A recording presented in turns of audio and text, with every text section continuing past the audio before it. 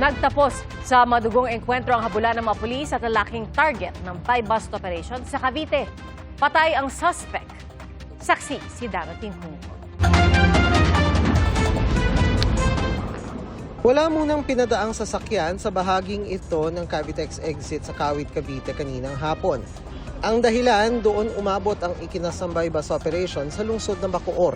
Ayon sa Bacoor Police, nagpumiglas ang suspect na kinilalang si alias Tol at inagaw ang unmarked AUV ng mga operatiba. Nauna pong rumisponde yung backup natin na may gamit po ng civilian car. So pag-park po niyang ganon para tulungan yung cruiser buyer natin na restorin yung suspect.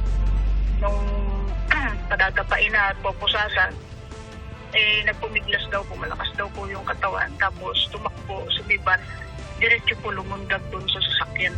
Nagkahabulan na umabot sa bayan ng Kawit. Ilang beses pa umanong binangga at pinaputukan ng suspect ang mobile ng Bacoor Police.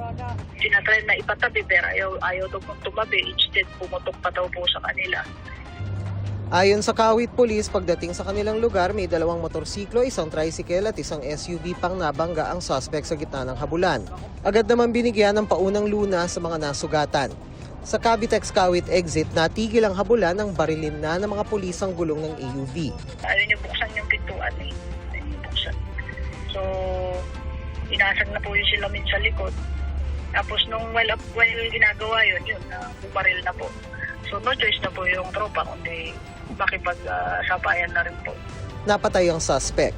Pero dahil sa Cavitex exit ito nangyari, kinailangang mag-detour at naging sanhi ito ng mabigat na trapiko.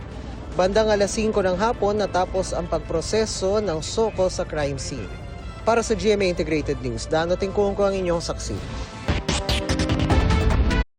Mga kapuso, maging una sa saksi.